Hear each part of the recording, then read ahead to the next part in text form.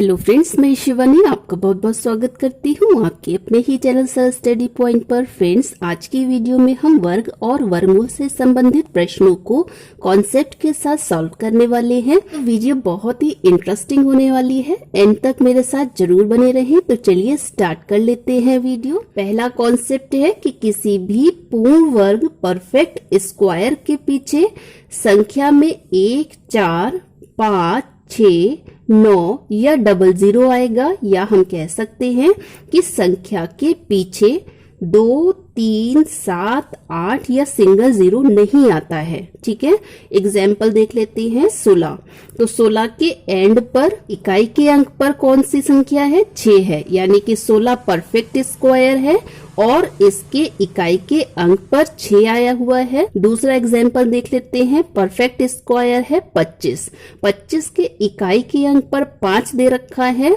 मान लीजिए यहाँ दे रखा होता 37, तो 37 क्या कोई पूर्ण वर्ग संख्या है? आप कहेंगे नहीं, क्योंकि इसके इकाई के अंक पर 7 हैं।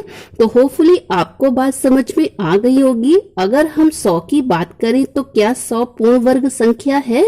आप कहेंगे हाँ, क्योंकि इस संख्या के अंत में 00 आया हुआ है। अगर यहाँ पर 1000 की बात की जाए तो क्या 1000 पूर्ण वर्ग संख्या होगी? आप कहेंगे नहीं, क्योंकि इस संख्या में 3 0 दे रखे हैं। अगर 4 0 होते तो पूर्ण वर्ग संख्या होती। तो होपफुली आपको बात समझ में आ गई होगी।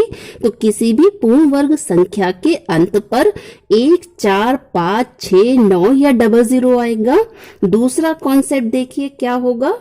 अगर कोई संख्या पूर्ण वर्ग या परफेक्ट स्क्वायर है तो उसके वर्गमूल में, यानी कि स्क्वायर रूट में अंकों की संख्या यदि पूछी जाए तो हमेशा आधी या आधी से अधिक पूर्ण संख्या होगी। क्या कहा गया है? अगर कोई भी पूर्ण वर्ग संख्या है, एग्जाम्पल ले लीजिए, मान लीजिए 64 दे रखा है, तो इस पूर्ण वर्ग संख्या के वर्गमूल में अंकों की संख्या इसकी आधी होगी 2 अंक के लिए। इसके आंसर में तो अंकों की संख्या 1 आएगी। 2 का आधा कितना हो गया? 1 हो गया। 64 का वर्गमूल हो गया है 8, जिसमें अंकों की संख्या है 1। तो इतनी बात आपको समझ में आ गई होगी। मान लीजिए दूसरी पूर्ण वर्ग संख्या परफेक्ट स्क्वायर है 100, तो वर्गमूल निकलेगा 10। 10 में अंकों की संख्या कितनी है? 2 है। यहाँ पर पूर्ण वर्ग में अंकों की संख्या है 3। हमने कहा कि किसी भी पूर्ण वर्ग के वर्गमूल में अंकों की संख्या आधी या आधे से अधिक होगी। अगर हम इसको भाग करें, 3 को 2 से भाग करें 1.5, तो 1.5 नहीं लेंगे, हम इसको 2 ले लेंगे। तो अंकों की संख्या कितनी हो गई है? 2। तो फ्रेंड्स, ये बहुत ही छोटी सी बात है जो कि आपको आती होगी, पर अगर यहाँ पर बड़ी संख्या दे दी जाए और उसमें अंकों की संख्या पूछी जाए तो इस पॉइंट को हम आगे के क्वेश्चंस में अप्लाई करने वाले हैं। एंड तक मेरे साथ बने रहें, आपको बहुत ही मजेदार लगने वाली है वीडियो। तो देखिए, तीसरा कॉन्सेप्ट देख लेते हैं। तीसरा कॉन्सेप्ट है किसी भी संख्या के वर्ग में अंकों की संख्या दुगनी या दोगुनी से 1 कम होगी। 2 अंकों की संख्या है और उसके वर्ग में अंकों की संख्या पूछी जाए तो दुगनी, यानी कि 2 का दुगना हो गया है 4 या उससे कम होगी। तो अंकों की संख्या 4 या 3 होगी। अगर 3 अंकों की संख्या दी गई है, उसके वर्ग में अंकों की संख्या पूछी जाए तो 6 या 5 होगी। 3 का दुगना हो गया 6, तो अंकों की संख्या 6 या 5 होगी। इतनी बात आपको समझ में आ गई है। एग्जाम्पल देख लेते हैं। एग्जाम्पल में दे रखा है 5 का स्क्वायर 25। इन संख्या के वर्ग में अंकों की संख्या पूछी गई है, तो संख्या में अंक है 1, तो 1 का दुगना हो गया है 2। अगर 10 का स्क्वायर किया जाए, 10 में है 2 अंक, इसका जो वर्ग होगा, वर्ग में अंकों की संख्या है 1, 2, 3, यानी कि दुगनी या दुगनी से कम होगी। 2 का दुगना हुआ 4, 4 या 3 होगी। अनदर एग्जाम्पल है, मान लीजिए 900 का स्क्वायर किया जाए, 900 में है अंकों की संख्या 1, 2, 3, तो जो आंसर आएगा, आंसर में अंकों की संख्या क्या होगी, दुगनी या दुगनी से कम होगी। तो 3 का दुगना हो गया 6, 6 या 5 होगी अंकों की संख्या, कितना हो गया ये 9 9 81 0 0 और 00, यानी कि अंकों की संख्या कितनी है 1 2 3 4 5 6। तो इतनी बात आपको समझ में आ गई है फ्रेंड्स, तो प्लीज वीडियो को लाइक कर दीजिए। अब चलिए कुछ इंपॉर्टेंट क्वेश्चंस देख लेते हैं जो कि एग्जाम्स में पूछे गए हैं। पहला क्वेश्चन है, निम्नलिखित में से कौन सी संख्या कभी पूर्ण वर्ग नहीं हो सकती है। देखिए फ्रेंड्स, ऑप्शन में आपको दे रखा है xy1, xy2, xy5, xy6। हमने आपको पहले ही बताया कि कोई भी संख्या के पूर्ण वर्ग के अंत में यानी कि इकाई के अंक में 2, 3, 7, 8 या सिंगल 0 नहीं आएगा। तो आप देखिए कौन से ऑप्शन में 2 आ रखा है। ऑप्शन बी में xy2 दे रखा है, इकाई के अंक पर 2 है, इसलिए यह संख्या कभी भी पूर्ण वर्ग नहीं हो सकती है। होपफुली आपको बात समझ में आई होगी। ऑप्शन ए में xy1 दे रखा है, इकाई के अंक पर 1 है, तो ये पूर्ण वर्ग संख्या होगी। ऑप्शन सी में xy5 दे रखा है, इकाई के अंक पे 5 है, तो ये भी पूर्ण वर्ग संख्या होगी। ऑप्शन डी में xy6 दे रखा है, इकाई के अंक पर 6 है, तो ये भी संख्या पूर्ण वर्ग होगी।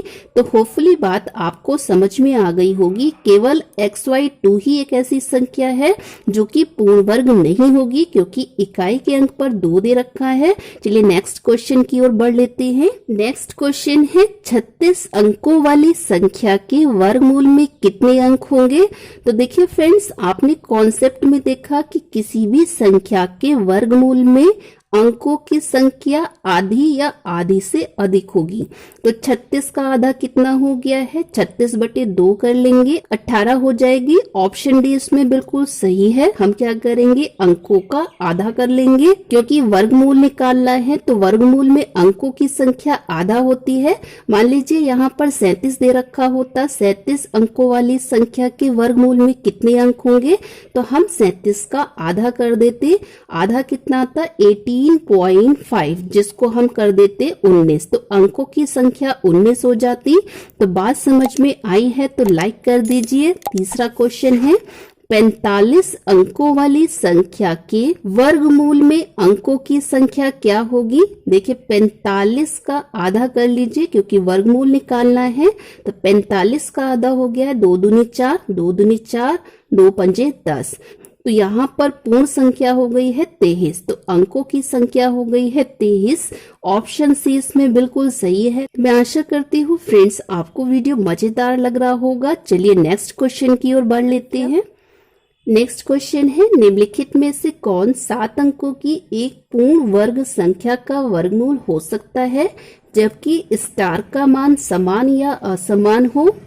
तो वर्गमूल में अंकों की संख्या कितनी होती है, आधी या आधी से अधिक। तो 7 का आधा हो जाएगा 3.5, क्योंकि 3.5 पूर्ण संख्या नहीं है, इसलिए इसको 4 कर देंगे।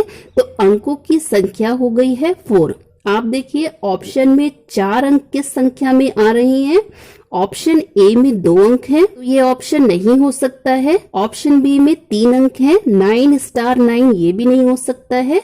ऑप्शन 3 देखिए, इसमें 4 अंक दे रखे हैं, 1 स्टार स्टार 8, तो 7 का आधा हो गया 3.5, नियर अबाउट 4, यानी कि 4 अंक होंगे। तो ऑप्शन सी हो सकता है। ऑप्शन डी देखिए, 1 स्टार स्टार स्टार 5, यहाँ पे 5 अंक दे रखे हैं, तो 7 अंकों की संख्या के वर्गमूल में 5 अंक नहीं हो सकते हैं। ऑप्शन डी गलत है, तो ऑप्शन सी इसमें बिल्कुल सही है।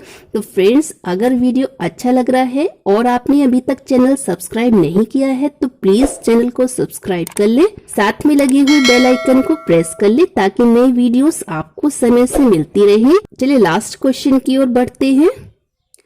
लास्ट क्वेश्चन है, निम्नलिखित में से कौन 3 अंकों की एक विषम संख्या का वर्ग हो सकता है, यदि संख्या में स्टार का मान समान या असमान हो। इसमें अंकों की संख्या कितनी दे रखी है, 3। अगर इस संख्या का वर्ग किया जाए तो वर्ग में अंकों की संख्या दुगनी या दुगनी से कम होगी। तो 3 दूनी 6 या 5 होगी। तो ऑप्शन में देखिए पहला ऑप्शन है 3 स्टार 1, क्योंकि 3 अंकों की संख्या है इसलिए ऑप्शन ए बिल्कुल नहीं हो सकता है। सेकंड ऑप्शन में दे रखा है 3 स्टार स्टार 5, अंकों की संख्या है 4, तो ये भी नहीं हो सकता है। ऑप्शन सी में दे रखा है 3 स्टार स्टार स्टार स्टार 7, यानी कि अंकों की संख्या कितनी हो गई है 6, तो हो सकता है ऑप्शन सी सही हो। ऑप्शन डी भी चेक कर लेते हैं 3 स्टार स्टार स्टार 1, यानी कि अंकों की संख्या हो गई है 5, तो ऑप्शन डी भी हो सकता है। पर आप देखिए ऑप्शन सी और ऑप्शन डी में इकाई के अंक पर ऑप्शन सी में 7 दे रखा है, क्योंकि हमें पता है किसी भी संख्या के वर्ग के अंत पर या इकाई के अंक पर 7 नहीं हो सकता है, तो ऑप्शन सी नहीं होगा। ऑप्शन डी में इकाई के अंक पर 1 दे रखा है और अंकों की संख्या भी 5 दे रखी है, तो ऑप्शन डी इसमें बिल्कुल ही सही है। तो मैं उम्मीद करती हूँ फ्रेंड्स आपको आज का वीडियो बहुत ही अच्छा लगा होगा, तो प्लीज वीडियो को लाइक कर ज्यादा से ज्यादा शेयर कर दीजिए। अगर चैनल सब्सक्राइब नहीं किया है तो प्लीज चैनल को सब्सक्राइब कर ले, साथ में लगे हुए बेल आइकन को प्रेस करना बिल्कुल ना भूले।